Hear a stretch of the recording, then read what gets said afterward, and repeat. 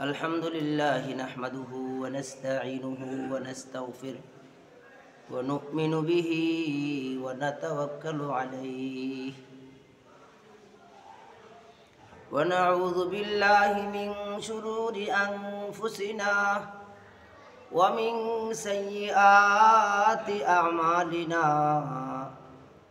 من يهده الله فلا مضل له ومن يضلله فلا هادي له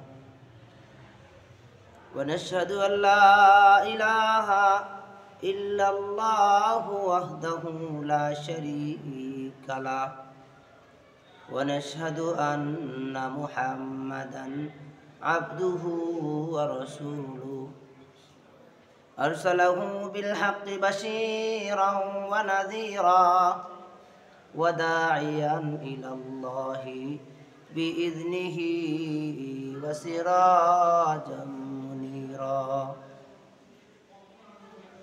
أما بعد فأعوذ بالله من الشيطان الرجيم بسم الله الرحمن الرحيم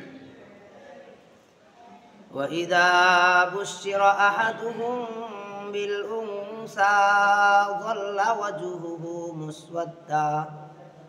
ظل وجهه مسودا وهو كظيم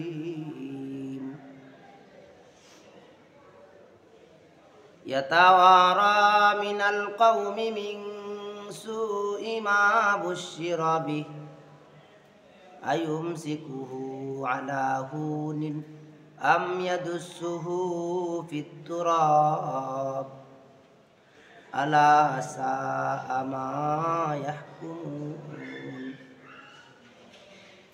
وقال رسول الله صلى الله عليه وسلم من ولد له ابنة فلم يؤذها ولم يهنها ولم يؤقر ولده عليها أدخله الله بها الجنة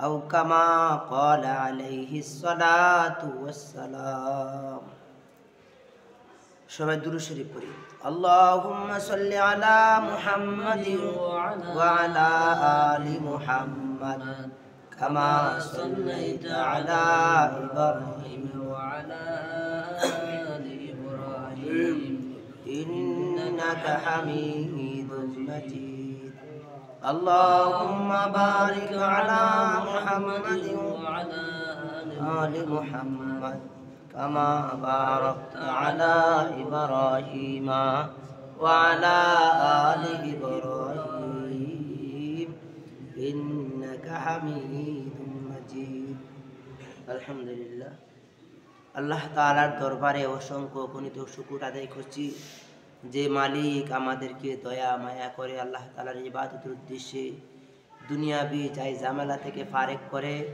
আল্লাহ তাআলার ইবাদতের উদ্দেশ্যে আল্লাহকে রাজি খুশি করার উদ্দেশ্যে আল্লাহর ঘর মসজিদে আসার বসার কিছু কথাবার্তা বলার শোনার তৌফিক দান করেছেন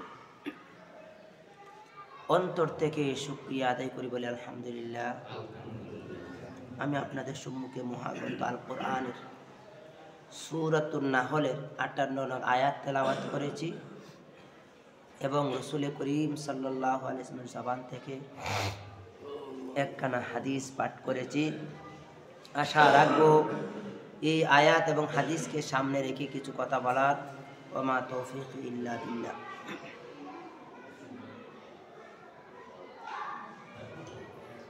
আয়াতে কারিমায় রব্বুল আলামিন বলেন একটা সময় এমন অতিবাহিত হয়েছিল যাকে বলা হয় আইয়ামে জাহিলি যুগ তথা বর্বরতার যুগ এই বর্বরতার যুগ সম্পর্কে আল্লাহ বলেন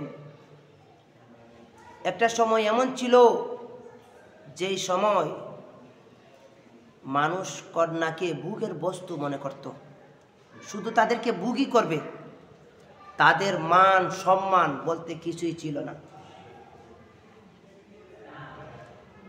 ব্যবহার শেষে তাকে গণার সময় ছিল না। একটা সময় এমন ছিল, সেই সম্পর্কে আল্লাহ তাআলা বলেন, ওয়াইদা বুশিরা আহাদুহুম বিল উনসা, ঠিক সেই সময়ে আমি যখন কোনো পিতাকে কন্যা সন্তানের শুভ সংবাদ দিতাম, তখন তাদের অবস্থাটা কেমন হতো। আল্লাহ বলেন, ওয়াল্লা ওয়াজহুহু মুসওয়াদ্দা ওয়া হুয়া কাযীম, গুসা রাগে ক্ষোভে তাদের চেহারা কালো হইয়া যাইত। কখন? জাহিলু যুগে মানুষের অবস্থাটা ছিল এমন যে নারীদেরকে ভোগ করতো ঠিক, কিন্তু এই ভোগের বস্তু মূল্যবান না দামি না, দামি না, যেই জন্তু ব্যবহারে আমার আসে, যেই জিনিস আমার কাজে আসে, এটা দামি না, দামি না, দামি, কিন্তু তারা এই দামি জিনিসটাকে ভোগ করতো, মূল্যায়ন করতো না। এই ভোগের বস্তুই যখন আমি তাদেরকে, কোনো পুরুষকে, কোনো পিতাকে যখন আমি কোনো নারী কন্যা সন্তানের শুভ সংবাদ দিতাম, তারা এই শুভ সংবাদ পেয়ে গুসা রাগে ক্ষোভে তাদের চেহারা কালো হইয়া যাইত।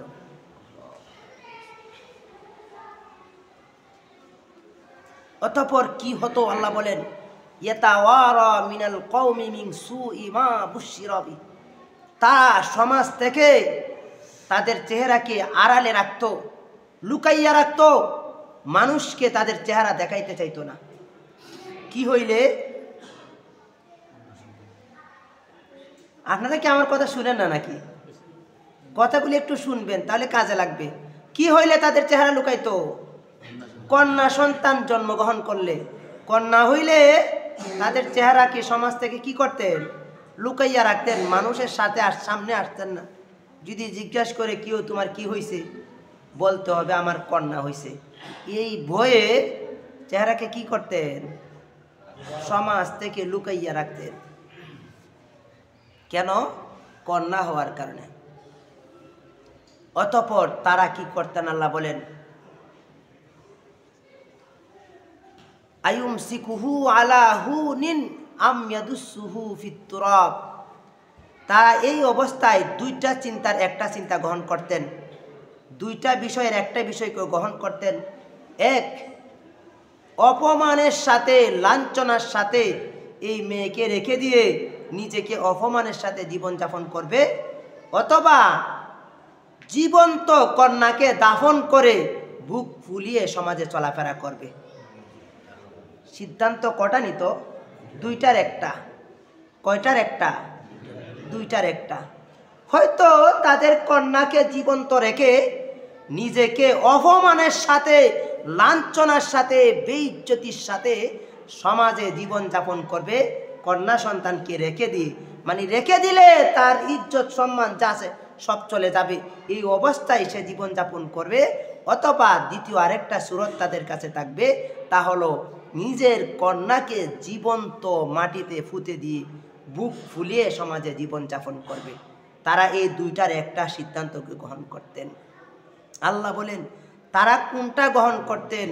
আল্লাহ বলেন, আলা সা আমা ইয়াহকুমুন, আহ কতই না নিকৃষ্ট তারা এই দুইটা সিদ্ধান্তের মধ্যে, তারা যে সিদ্ধান্তটা নিত তা কতই না নিকৃষ্ট। বলেন দেখি, নিকৃষ্ট সিদ্ধান্ত নিলে কোন সিদ্ধান্তটা তারা নিত?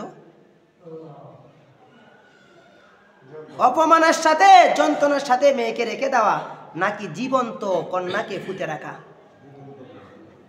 আল্লাহ বলেন তারা দুইটা জিনিস সিদ্ধান্ত নেওয়ার পরে একটা গ্রহণ করতেন, যেটা নিজের মেয়েকে জীবন্ত দাফন করাটাই বেছে নিতেন। এটা এই জমিনে একটা সময় এমন অবস্থা ছিল। কি বলেন, ছিল না? এটা আল্লাহর কথা, বিশ্বাস করি তো আমরা, বিশ্বাস করি। এই অবস্থা বর্তমান সময়ে না হলেও আমাদের অবস্থাটাও ততটা বেশি ভালো নয়। কি বলেন? বর্তমান সময়ে জাহিলি যুগের অবস্থা না আসলেও আমাদের অবস্থাটা ততটা ভালো নয়। কি বলেন? এখন বর্তমান সময়ে কন্যা সন্তান জন্মগ্রহণ করলে শুভ সংবাদ হিসাবে গ্রহণ করে খুব কম মানুষ, বরং এটাকে অপমানই মনে করে বেশি সংখ্যক মানুষ। কি বলেন? বাস্তবতা এটাই তো নাকি? কারণটা কি? কারণ হলো আমাদের ভিতরে জাহিলি যুগের বর্বরতার যুগের মানুষের স্বভাব আমাদের ভিতরে চলে আসছে। মূল কারণটা কি? ইসলামকে ছেড়ে দেওয়ার কারণে জাহিলি যুগের অবস্থা আমাদের ভিতরে সয়লাভ করার কারণে আমাদের অবস্থাটা ঠিক এমনই আসতেছে। বন্ধুগণ বলবেন কিভাবে? রাসূল বলছেন ওয়াসারিউ ফিল খায়রাত, কোরআনুল কারীমে আল্লাহ তাআলা বলছেন তোমরা নেক কাজে প্রতিযোগিতা করো। কোন কাজে প্রতিযোগিতা করো? নেক কাজে প্রতিযোগিতা করো। বর্তমানে নেক কাজে প্রতিযোগিতা করার মানুষ বর্তমানে নাই বললেই চলে। আমি আজকে 4 রাকাত তাহাজ্জুদ পড়ছি, তুমি 4 রাকাত পড়েছো, আমি 6 রাকাত তাহাজ্জুদ পড়বো, আমি 8 রাকাত তাহাজ্জুদ পড়বো, আমি 10 রাকাত তাহাজ্জুদ পড়বো, এমন মানুষ সমাজে খুব বেশি। খুব বেশি না, একেবারে নাই বললে চলে। কি বলেন? নেক কাজে প্রতিযোগিতা আছে, এখানেই কি শেষ? তুমি 5 ওয়াক্ত ঠিক মতো নামাজ পড়ো, আমি 5 ওয়াক্ত নামাজ ঠিক মতো পড়বো। তুমি ফরজ পড়ছো, আমি সুন্নত সহ পড়বো, তুমি সুন্নত পড়েছো, আমি নফল সহ পড়বো। এটা ছিল ওয়াসারিউ ফিল খায়রাত, নেক কাজে প্রতিযোগিতা করো। ইমানদারের বৈশিষ্ট্য তো এমন হওয়া ছিল, এমন হওয়ার কথা ছিল। বন্ধুগণ, ইমানদার নিজেদেরকে দাবি করলেও ইমানদারের বৈশিষ্ট্য আমাদের ভিতরে নাই, বরং আছে কি?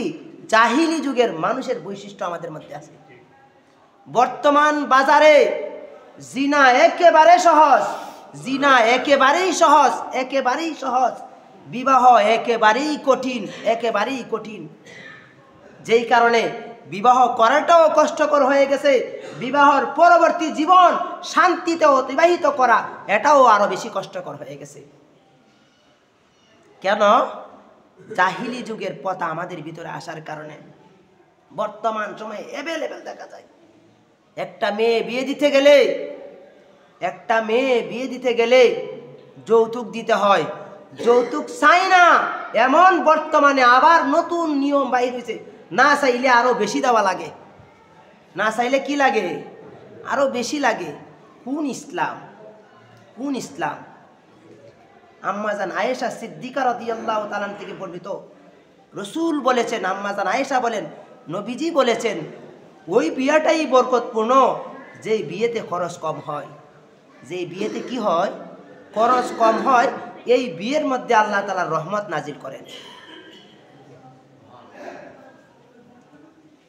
বর্তমান সময়ে বিয়েটা কি একেবারেই সহজ একটা অনুষ্ঠান না, অনেক কঠিন বড় অনুষ্ঠান হয়ে গেছে। এগুলি আমাদের বানানো না ইসলাম, আমাদের বানানো না ইসলাম। ইসলাম কি বলে? ইসলাম বলে কন্যার বাড়িতে ছেলের বাড়ির থেকে কোনো অনুষ্ঠানের চাপ দেওয়া যাবে না। বরং যদি কন্যার বাড়িতে কোনো অনুষ্ঠান হয়, তার বাবা নিজে ব্যক্তিগত তাদের বন্ধু বান্ধবকে খাওয়ানোর জন্য করতে পারে। ছেলের বাড়ির মানুষকে খাওয়ানোর জন্য বড় আয়োজন হবে না। বরং মেয়ের বাবা যদি চায় ছেলের বাড়ির কাউকে দাওয়াত দিবে, তার আত্মীয় স্বজনকে দাওয়াত দিবে, তাহলে তার বাড়িতে অনুষ্ঠান হবে। আর ছেলের বাড়ির যদি অনুষ্ঠান প্রয়োজন হয়, তাহলে মেয়ের বাড়িতে নয়, ইসলাম বলে ওলিমা করো। ইসলাম একথা বলে না মেয়ের বাড়িতে খানার আয়োজন করো, কোথাও নাই। বরং ইসলাম বলেছে বিয়ের অনুষ্ঠান হবে কার বাড়িতে? ছেলের বাড়িতে, ওলিমা নামক অনুষ্ঠানের মাধ্যমে। বন্ধুগণ, ওলিমার অনুষ্ঠান এখন বড় নাকি মেয়ের বাড়িতে কন্যার বাড়িতে যে অনুষ্ঠান হয় তা বড়? কোনটা বড় হয়? এটা কি এমনি এমনি হয় না চাপিয়ে দেওয়া হয়? বন্ধুগণ, যতই বলেন না কেন, রব্বুল আলামিন দেখেন কোনো না কোনো ভাবে আমরা ঠিকই ছেলে সন্তান যাদের আছে, আমরা মেয়ের বাবাকে এটা ছাপাইয়া দেই। এটাই হচ্ছে জাহিলি প্রথা, এটাই হচ্ছে জাহিলি প্রথা, এটাই হচ্ছে বিয়েকে কঠিন করে দেওয়া। এটার নামই হলো বিয়েকে কঠিন করে দেওয়া। ইসলাম বলছে আউলিম ওয়ালাউ বিশাতিন, একটা খেজুর দিয়ে যদিও পারো তাহলে তোমার বাড়িতে ওলিমা করো, মেয়ের বাড়িতে নয়। বরং আমরা এটা মেয়ের বাড়িতে করার চেষ্টা করতেছি। এই জন্যে মেয়ের বাড়িতে একটা মেয়েকে বিয়ে দেওয়া বাবার জন্য কঠিন হয়ে যেতেছে। কি বলেন? হইতেছে না? এখানেই যদি শেষ হয়ে যেত তাহলেও আমরা বেঁচে যাইতাম, আমরা জাহিলি প্রথা থেকে দূরে সরে বেঁচে যেতে পারতাম। এখানেও শেষ হয় না, পরবর্তীতে এই দেওয়া লাগবে, সেই দেওয়া লাগবে, তারপরে এ দেওয়া লাগবে। বিয়ের পরবর্তী দিন আড়াইয়ার দিন তা দেওয়া লাগবে, এমুককে কাপড় দেওয়া লাগবে, এমুককে কাপড় দেওয়া লাগবে। বর্তমান সমাজে নাই, নাই না আছে? ইসলামে আসেনি এমন অনুষ্ঠান, এমন জিনিস ইসলামে আসেনি। নানি, দাদি, দাদা, নানা 14 গোষ্ঠীরে কাপড় দেওয়া লাগবে। বিয়েকে কঠিন করে দেওয়ার এটাই একটা নমুনা।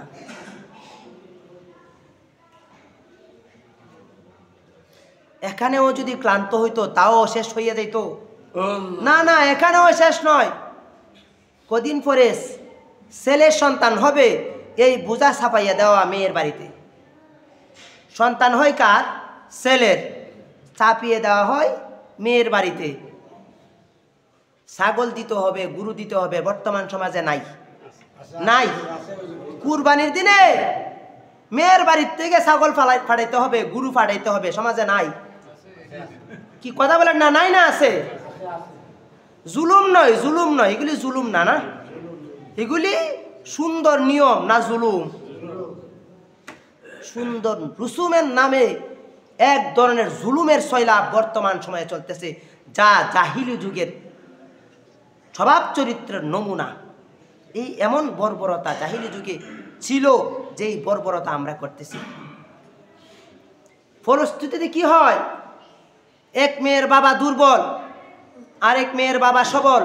সবল যিনি তো আলহামদুলিল্লাহ, যাক, মেয়ের সুখের জন্য ছাগল দেয়, কুরবানির সময় গরু দেয়, ছাগল দেয়, দিতে পারে। যে দুর্বল সে কি করবে বলেন দিকে? আবার কি করবে? আবার না দিতে পারলে চলে নির্যাতন।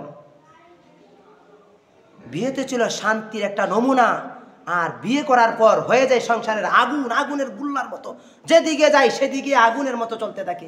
কি বলেন? বর্তমান সমাজে নাই। কেন? ইসলাম মানার কারণে না জাহিলি প্রথাকে ধারণ করার কারণে। যৌতুক, মহর, একদিকে যৌতুক আর একদিকে মহর। মহর হলো মহিলার প্রাপ্য একটা অর্থ, যা একমাত্র মহিলা পাবে। আল্লাহ মাফ করুক, বিয়ের জন্যে মহর একটা শর্ত। শর্ত ছাড়া বিয়ে হয়? শর্ত ছাড়া বেচা কেনা হয়? ঠিক তদ্রুপ বিয়ের জন্যে মহরও একটা শর্ত। এই শর্তটা যদি ঠিকমতো আদায় না করে, পর নারীর সাথে জিনা করা, যেমন বিয়ে করা নামে মাত্র বিয়ে করা, নারীর সাথে মেলামেশা করা একই রকম। বন্ধুগণ বলুন দেখি, বর্তমান সময়ে জাহিলি প্রথা, মোহর বাড়াইয়া দেওয়ার রুসুম আমাদের সমাজে আছে না নাই? আছে। কি হইতেছে? বলে কি হইতেছে? 1 লাখ টাকা দেওয়ার ক্ষমতা নাই, 5 লাখ 10 লাখ টাকা। গার্ডিয়ানে বলে লেখো, সমস্যা নাই। কেউ কেউ বলে করে দেওয়ান লাগতো না, যখন মনে চায় তখন দিব। কি বলেন? বলে না? বলে না? আল্লাহ মাফ করুক, যদি ছেলে এই চিন্তা করে যে আমি দেব না, হারাম। হারাম কি হবে? হারাম। এই হারাম দিয়া শুরু, আমার সারাটা জীবন যাবে হারামের উপর। এই হারামের উপর প্রতিষ্ঠিত সন্তান হইলেও হালাল হবে, ভালো হবে, নেককার হবে, আল্লাহওয়ালা হবে না শয়তান হবে? এই শয়তানের জমিনে শয়তান সয়লাভ করবে। একটা সময় আসবে এই দুনিয়াতে বর্বরতা দেখা দিবে। বন্ধুগণ, এই অবস্থা থেকে উত্তরণের একটাই মাধ্যম, জাহিলি প্রথা বাদ দিয়া ইসলামী আদর্শ ধরা উচিত। কি বলেন? দরকার আছে না নাই? এই জন্যে আল্লাহ তাআলা বলছেন, নারী তো একটা শুভ সংবাদ। নারী কি? শুভ সংবাদ, যেটাকে জাহিলি যুগে দুঃসংবাদ হিসাবে গ্রহণ করত, যেটাকে আমরা বর্তমান সময়ে নারীকে একটা বোঝা মনে করি। বর্তমান সময়ে একটা নারীর জন্মগ্রহণ করলেই আমার ভিতরে আসে, ওই নারীটা 18 বছর হইলে বিয়ে দিতে হবে, বিয়ে দেওয়ার পরে কি লাগবে, তারপরে কি লাগবে, এই চিন্তা আমার মাথার ভিতরে ঘুরপাক করে। এই সারাটা জীবন আমার এইভাবে যাইতেছে। জাহিলি পথ আমার ভিতরে আসতেছে না? আসে নাই? আসে নাই। অথচ রাসূল বলেন, মা উলিদা লাহু ইবনাতান ফালাম ইউযিহা ওয়ালাম ইউহিনহা ওয়ালাম ইউআক্কির ওয়ালাদাহু আলাইহা আদখালাহুল্লাহু বিহাল জান্নাহ। রাসূল বলে, আমি যদি কাউকে কোনো কন্যা সন্তানের শুভ সংবাদ দেই, আর এই কন্যাকে শুভ সংবাদ হিসাবে গ্রহণ করে, কন্যাকে নারীকে কন্যার উপর প্রাধান্য, পুরুষকে নারীর উপর প্রাধান্য না দেয়, কোনটাকে কম ছোট করে দেখে না, সমান যত্ন করে, লালন পালন ঠিকভাবে করে, এবং ভালো পাত্র দেখে পিতা যখন বিবাহ দিবে, আল্লাহ বলেন এই কন্যা সন্তানকে লালন পালন করার কারণে এর বদলা হিসেবে আল্লাহ তাআলা জান্নাত দান করবেন। নারী কি সাধারণ না অনেক দামি জিনিস? তাহলে নারী কন্যা সন্তান লালন পালন করার দ্বারা কি হাসিল করা যাবে? জান্নাত হাসিল করা যাবে যদি তাকে যত্ন সহকারে লালন পালন করি। এই নারী যখন বিবাহ হয় আল্লাহ বলেন এটাকে অবজ্ঞা করার সুযোগ নাই। আল্লাহ বলেন পুরুষের যেমন অধিকার আছে ঠিক তদ্রুপ একজন নারীরও অধিকার আছে। নারীকে কোনোভাবে সমান ছোট করার সুযোগ নেই। আল্লাহ তাআলা বলছেন নারীদেরকে তোমরা মহব্বত করবে। আল্লাহ বলেন আয়াতে বলেন ওয়া খালাকনাকুম আজওয়াজা, আমি তোমাদেরকে জোড়া জোড়া সৃষ্টি করেছি। জোড়া ছাড়া কোনো মানুষ চলতে পারে না, পারে নাকি? পারে না। ঠিক তদ্রুপ জোড়া ছাড়া যেমন চলতে পারে না একজন পুরুষের সাথে একজন নারী তার জোড়া ছাড়া চলতে পারবে না। সুতরাং জোড়াকে অবশ্যই কদর করতে হবে। অতঃপর রাসূল করিম সাল্লাল্লাহু আলাইহি ওয়াসাল্লাম বলছেন যা রাজুলুন ইলা রাসূলিল্লাহি সাল্লাল্লাহু আলাইহি ওয়াসাল্লাম ফাকালা ইয়া রাসূলুল্লাহ মান আহাক্কুন নাস বিহুসনি সুহবাতি। ইয়া রাসূলুল্লাহ আমাকে বলুন আমি সবচেয়ে উত্তম আদর্শ দেখানো, উত্তম আদর্শ পাওয়ার হকদার প্রথম কে? নবী বললেন উম্মুক, তোমার মা। অতঃপর কে? নবী বললেন আবারও মা। আবার কে? আবারও বললেন মা। অতঃপর বললেন কে? রাসূল বললেন বাবা। সবচেয়ে উত্তম আদর্শ পাওয়ার হকদার হলো মা। নারী হচ্ছে মায়ের জাতি। নারী হচ্ছে সঙ্গিনীর জাতি। নারী হচ্ছে এমন জাতি যেই জাতিকে লালন পালন করলে আল্লাহ খুশি হন, আর আল্লাহ খুশি হয়ে বান্দাকে জান্নাত দান করবেন। এই নারী কি দামি না? দামি না? এই দামি নারীর সাথে যদি আমরা অবজ্ঞা করি, জুলুম করি, সম্মানিত জিনিসের সাথে যদি জুলুম করি, এই জুলুমের বদলা আমার উপরও জুলুম আসবে, অত্যাচার আসবে, শান্তি আসবে না। এই জন্য আসুন আমরা নারীদেরকে সম্মান করি। নারীদেরকে সম্মান করলে আল্লাহ তাআলা এর বদলা হিসাবে আমাদেরকে শান্তি দিবেন, সমাজটা সুন্দর চলবে। এই জন্য আমরা সকলে নারীকে সম্মান করবো তো ইনশাআল্লাহ। একটা হাদিস, এরপরে আর এই হাদিস বলে আমি আলোচনা শেষ করবো। রাসূল বলছেন আল মারআতু ইযা সাল্লাত খামসাহা ওয়া সামাত শাহরাহা ওয়া আহসানাত ফারজাহা ওয়া আতাআত বালাহা ফালতাদখুল মিন আইয়ি আবওয়াবিল জান্নাহ। এই হাদিসেও নারীকে শুভ সংবাদ দেওয়া হয়েছে। নারী সম্পর্কে নবী বলেন নারীরা যদি 4টা কাজ করে, কয়টা কাজ করে? সময় মতো 5 ওয়াক্ত নামাজ পড়বে, ফরজ রোজাগুলি সঠিকভাবে আদায় করবে, লজ্জাস্থানের হেফাজত করবে, এবং নারী যদি স্বামীর অনুগত হবে, নারীর অনুগত হয়, কয়টা কাজ বললাম? 4টা। ঠিক মতো 5 ওয়াক্ত নামাজ পড়বে, রোজাগুলি সঠিকভাবে আদায় করবে, লজ্জাস্থানের হেফাজত করবে, স্বামীর অনুগত হবে। এই 4টা কাজ করলে রাসূল বলেন আল্লাহ তাআলা বলেছেন ওই নারীকে জান্নাতের যেই দরওয়াজা দিয়ে জান্নাতে যাইতে চাইবে নারীকে যাওয়ার অনুমতি দিবেন। এই হাদিসটা যদি আপনারা নারীদেরকে, আপনাদের স্ত্রীদেরকে, মাদেরকে বলেন, তারা শুনলে এই আমলগুলি করবে না? করবে না? করবে নি? করলে আপনার লাভ হবে নি। নামাজ পড়বে, রোজা রাখবে, নিজের লজ্জাস্থানের হেফাজত করবে। আরেকটা জিনিস আপনার সাথে সম্পৃক্ত, স্বামীর অনুগত হবে। স্বামীর অনুগত হলে আপনার লাভ না লস? আপনার লাভ। এই জন্য নিজের লাভের জন্য হইল কমপক্ষে এই হাদিসটা আমরা আমাদের মা, স্ত্রী, বোন, মেয়ে যাদের আছে আমরা বলবো তো ইনশাল্লাহ। এটা আপনাদের উপর দায়িত্ব দিয়ে দিলাম। আসলে মূলত আলোচনা, মসজিদে যে আলোচনা হয় এগুলি বাড়িতে খানাতে বৈশা আলোচনা করা উচিত। আজকে হুজুর এই বিষয়গুলো আলোচনা করেছে, এই বিষয়গুলি বলছে বলার জন্য, এই বিষয়গুলি না করার জন্য বলছে। তাহলে নারীরা জানতো, নারীরা সঠিক বিষয়গুলি মানত, আর এর দ্বারাই সমাজ হইতো সুন্দর। এই যৌতুক নীতি, বিবাহতে যেইগুলি বর্তমানে নতুন সৃষ্টি হয়েছে এর অধিকাংশ হইল নারীর থেকে সৃষ্টি। নারীরা জানে না তো এইগুলি আবিষ্কার করবে না, কি করবে? কি বলেন? এই জন্য আসুন আমরা নারীদেরকে সঠিক দিন শিক্ষা দেই, তাহলে তারা দেখবেন যৌতুক নীতি, এইটা দেওয়া লাগবে, এটা দেওয়া লাগবে, এগুলি বলবে না। তাহলে আমাদের সমাজ হবে সুন্দর। আল্লাহ তাআলা আমাদের সকলকে কথাগুলি বুঝার, মানার এবং সকলে এগুলি প্রচার করার তৌফিক দান করুন। বলুন আমিন। ওয়া আখির দাওয়ানা আলহামদুলিল্লাহি রাব্বিল আলামিন। যারা সুন্নাত পড়ে নিসার রাকাত কাবলা